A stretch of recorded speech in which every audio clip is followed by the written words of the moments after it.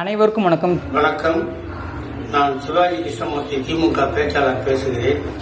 நேற்றைக்கு முன்தினம் ராயபுரம் மேற்கு பகுதியில் நடந்த பொதுக்கூட்டத்தில் கலைஞர் அவர்கள் இஸ்லாமிய மக்களுக்கும் இஸ்லாமிய சொந்தங்களுக்கும் என்னென்ன சாதனைகளை, நன்மைகளை, உதவிகளை செய்திருக்கிறார் என்று பட்டியலிடும் போது முஸ்லிம் மக்களை எப்படியெல்லாம் ஏமாற்றி அவர்களால் எனக்கு ஆபத்து இருக்கிறது என்று சொல்லி பாதுகாப்பு கேட்ட விஜய் அவர்களை தோலுரித்து காட்டுகின்ற முகமாக நான் பேசுகின்ற போது முஸ்லிம் மக்களை ஏதோ நான் இழிவுபடுத்தி விட்டதாக கருதி கொள்கிறார்கள். அதை சில பேர் இட்டுக்கட்டி பரப்புரை செய்கிறார்கள். நான் வாழுகின்ற பகுதி முஸ்லிம்கள் நிறைந்த பகுதி. என் வீட்டில் அருகில் இருப்பது மசூதி.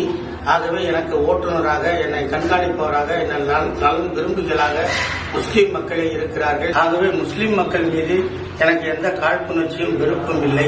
ஆதங்கத்தில் கேட்டேனே தவிர அதில் வார்த்தை தடுமாறி இருந்தால் அதற்காக